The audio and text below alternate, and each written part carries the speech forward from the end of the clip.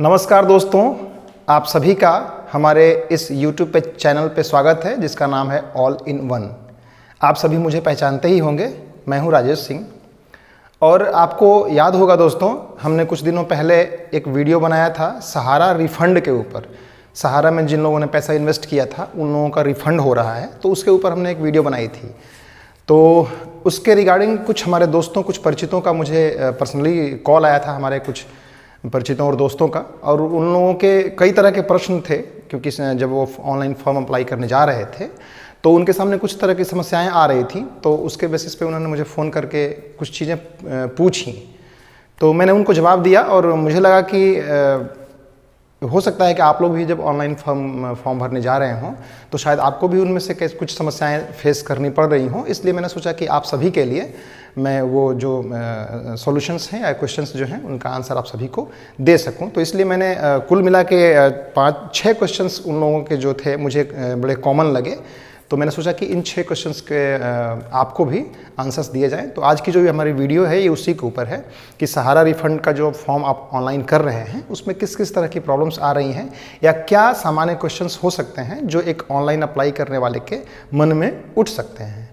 तो उसकी बात करते हैं। आते हैं, पहला जो बड़ा ही कॉमन पूछे जाने वाला प्रश्न है कि अगर हमारा मोबाइल नंबर हम जो उसमें दे रहे हैं वो आधार से लिंक नहीं है तो उस केस में क्या किया जाए।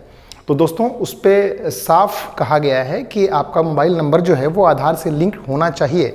आपका कोई भी नंबर दे सकते हैं, ज़रूरी नहीं है कि आपका, जैसे आपके घर में किसी भी सदस्य का नंबर है जो मोबाइल आधार से लिंक्ड है, तो आप उसको अपने आधार से जो लिंक्ड मोबाइल नंबर है वो आप दे सकते हैं। कोई भी नंबर हो, चाहे घर में कोई भी यूज़ कर रहा हो, क्योंकि ये पहली शर्त है। आप पोर्टल पर जब ऑनलाइन करने जाएंगे तो जब आप आधार नंबर से जुड़ा हुआ मोबाइल आपके पास नहीं रहेगा तो आप आगे आपका रजिस्ट्रेशन नहीं कर पाएंगे। इसलिए पहली शर्त है कि आपको आधार से मोबाइल नंबर लिंक जो है वो आपके पास होना चाहिए। और अगर ऐसा है कि आपके पास कोई ऐसा मोबाइल नंबर नहीं है जो आधार से लिंक हो, तो पहले सबसे काम आपको ये करना पड़ेगा कि आपको आधार सेंटर पर, अपने जो नज़दीकी आधार सेंटर है वहाँ जाकर अपना मोबाइल नंबर जो आधार से लिंक कराना होगा। दोस्तों, दूसरा जो प्रश्न आ रहा है, बड़ा ही कॉमन पूछा जाने वाला है, वो है कि जो उसमें राशि भरना है, अमाउंट, कितना अमाउंट। तो लोगों के प्रश्न आ रहे हैं कि जो हमारा अमाउंट है वो क्या भरें, डिपॉजिटेड अमाउंट भरें या मैच्योरिटी अमाउंट भरें। तो आपको यहाँ पे एक चीज़ ध्यान देनी है कि उसमें जो अमाउंट भरना है वो डिपॉजिट अमाउंट भरना है, यानी आपने जितना पैसा जमा किया है वो भरना है, ये नहीं कि कितना पैसा मिलने वाला है। एक उदाहरण लेते हैं कि मान लीजिए आपने 20,000 रुपये जमा किए हैं उसमें, तो आपको 20,000 भरना है, या फिर आपको 15 साल बाद उसको 35,000 मिलना है तो वो भरना है। तो यहाँ पे एक चीज़ ध्यान रखना है कि आपने जो पैसा जमा किया है वही उसमें भरना है, ना कि मैच्योरिटी पे कितना पैसा मिलने वाला है वो। ध्यान रखिएगा, जो पैसा आपका पॉलिसी में जमा है वही भरना है। अब आते हैं अगले प्रश्न पर। अगला प्रश्न एक बड़ा ही कॉमन पूछे जाने वाला प्रश्न है। वो लोगों ने पूछा मुझसे तो कि जिस व्यक्ति की मृत्यु हो चुकी है उस फॉर्म को कैसे क्या किया जाए। तो वो पॉलिसी होल्डर जिसने पैसे जमा किए हैं, अगर उसकी डेथ हो चुकी है, उसकी मृत्यु हो चुकी है, तो उस केस में क्या किया जाए। तो दोस्तों, पोर्टल पे ऐसा कुछ खास स्पेसिफिक मेंशन नहीं है कि उस केस में क्या किया जाएगा। तो उसके लिए मेरा तो सुझाव ये रहेगा कि पोर्टल पे शिकायतकर्ता के लिए एक टैब दिया हुआ है वहाँ पे, तो आप वहाँ पे टैब में शिकायतकर्ता टैब जो है वहाँ पे आप जाएंगे, तो वहाँ से जब उस पर क्लिक करेंगे तो आपको एक छोटा सा बॉक्स खुलेगा जिसमें आपको अपना मोबाइल नंबर डालना होगा, ईमेल आईडी डालना होगा, अपनी शिकायत लिखनी है। तो वहाँ पे शिकायत लिख के आप उस सबमिट कर देंगे तो गवर्नमेंट के पास शिकायतें पहुँचेंगी, तो इस प्रश्न का निवारण हो सकता है कि उसमें बताया जाए। क्योंकि सारे नोटिफिकेशन देखा मैंने, उसमें कुछ स्पेसिफिकली ऐसा कहा नहीं गया है कि जिन लोगों की डेथ हो चुकी है उसके बारे में क्या किया जाए। तो मेरा सुझाव ये रहेगा कि आप लोग वहाँ पे एक बार प्रश्न पूछ सकें, आप जब शिकायतकर्ता वाले में जाके अपना प्रश्न जो है एक बार वो आप लोग पूछ सकें। अब आते हैं प्रश्न नंबर अगले प्रश्न नंबर, जो कि हमारा प्रश्न होगा चौथा, उस प्रश्न पे आते हैं। तो बात करते हैं अब अगले प्रश्न की, जो कि बड़ा ही कॉमनली पूछा जा रहा है। उसमें ये है, पूछ रहे हैं लोग कि पैसा जो हम उसके लिए क्लेम कर रहे हैं तो पूरा पेमेंट मिलने वाला है या फिर उसमें से आधा अधूरा कुछ कट के मिलेगा।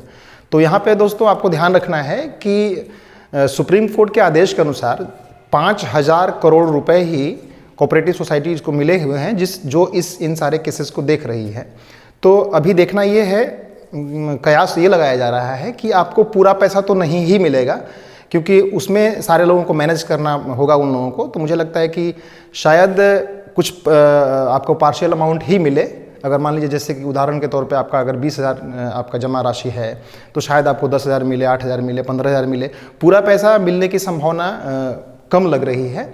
हाँ, ये हो सकता है कि आपको शुरुआती स्तर में कुछ पैसे मिले और बाद में जैसे और फंड जब रिलीज़ किया जाए तो शायद और पैसे मिले, इसके लिए संभावना बन सकती है। इसी से जुड़ी एक और बात है, मैं आपको बताना चाहूँगा। अगर आपका जो जमा राशि है उसमें एक चीज़ ध्यान देना है कि अगर आपकी जमा राशि जो है वो 50,000 से नीचे है तब तो आपको कोई पैन कार्ड लगाने की ज़रूरत उसमें नहीं है। लेकिन अगर 50,000 या फिर उससे ज़्यादा है आपकी जमा राशि, जब उसके लिए आप क्लेम कर रहे हैं, तो उसमें आपको ऑनलाइन फॉर्म भरते समय आपको पैन कार्ड को स्कैन करके भी आपको लगाना पड़ेगा। अब चलते हैं अपने अगले प्रश्न, 5वें नंबर प्रश्न पे। लोग ये पूछ रहे हैं कि अगर मेरे पास जो सहारा इंडिया में हमने पैसा जमा किया था तो उसका बॉन्ड पेपर या रजिस्ट्रेशन नंबर या पासबुक, आप जो भी कहें, वो गुम हो गया है, उस केस में क्या किया जाएगा। तो दोस्तों, इसमें आपको ध्यान रखना है कि बिना उसके आपको कोई भी रिफंड नहीं मिलेगा, आप क्लेम भी इवन नहीं कर सकते हैं। तो आपके पास ये ज़रूरी शर्त है कि जो भी आपके पास सहारा इंडिया में जब भी अपने पैसे जमा किए थे तो उस केस में आपके पास उसका बॉन्ड पेपर, रजिस्ट्रेशन नंबर या पासबुक जो भी आप जानते हो जिस नाम से, तो वो आपके पास ओरिजिनल उसका होना ज़रूरी है। वो फोटोकॉपी से भी काम नहीं चलेगा, आपकी उसको ओरिजिनल फॉर्म में आपके पास होना चाहिए, तभी आप इस फॉर्म के लिए अप्लाई कर सकते हैं। और अब बात करते हैं आखिरी प्रश्न की। उसमें मोस्ट कॉमनली पूछे जाने वाला प्रश्न ये है कि जैसे जो बॉन्ड पेपर है या रजिस्ट्रेशन लेटर जो है उसमें नाम कुछ और है और आज का हमारा जो आधार नंबर है उसमें नाम कुछ अलग है, तो उस केस में क्या किया जाए। तो ऐसा कुछ हालांकि पोर्टल पे इसके बारे में बताया नहीं गया है, लेकिन आप कोशिश ये करेंगे, क्योंकि ऐसी चीज़ें हुई थी ना कि सहारा इंडिया जो कंपनी है काफ़ी पुरानी कंपनी है, तो बहुत लोग काफ़ी पहले से पैसा जमा कराते आ रहे हैं उसमें। तब आधार कार्ड वगैरह कोई चीज़ ऐसी थी नहीं, तो हो सकता है जब आधार कार्ड बनना शुरू हुआ तो बहुत सारे लोगों को ये दिक्कत आ रही है कि भाई नाम उसमें आधार में कुछ और है और पीछे जो पॉलिसी है उसमें नाम कुछ और रह गया है, थोड़ा अलग है। तो आपको ये ध्यान रखना होगा कि कोशिश ये करनी है कि आधार कार्ड में अगर नाम सुधरवाने लायक है कि ठीक है आप उसको सुधरवा सकते हैं तो वहाँ नाम सुधरवा लें, क्योंकि बॉन्ड और पॉलिसी में तो नाम जाके वापस सुधरवा नहीं सकते, तो वहाँ पे आप सुधरवा सकते हैं। और जहाँ तक मेरा अंदाज़ा है कि अगर छोटा मोटा कुछ लेटर का मिस्टेक हो, 1-2 लेटर अलग हैं, तो उसमें कुछ दिक्कत नहीं आनी चाहिए। लेकिन अगर नाम में बड़ा मिसमैच है तो शायद कुछ दिक्कतें आए बाद में, तो उसके लिए आपको एक काम करना है कि या तो आप आधार में अपना नाम सुधरवा लें, और या फिर जो एक बार फिर से मैं बताऊंगा कि जो शिकायतकर्ता का वहाँ पे टैब बना हुआ है वहाँ पे आप क्लिक करें और उसमें अपना मोबाइल नंबर डाल के और बाकी जो डिटेल्स हैं उसमें भरिए, और उसमें स्पष्ट हिंदी या इंग्लिश दोनों ही उसमें आप लिख दीजिए कि मतलब मेरे पास ये दिक्कत है। तो उस पर हो सकता है कि गवर्नमेंट के पास ये प्रश्न पहुँचे तो संबंधित विभाग जो है इस पर कुछ रास्ता निकालने का प्रयास करेगा। तो आज का जो हमारा वीडियो रहा ये सहारा इंडिया के ऊपर जो नई अपडेट आई थी, जो नए कन्फ्यूजन्स थे लोगों के दिमाग में, उसके ऊपर था।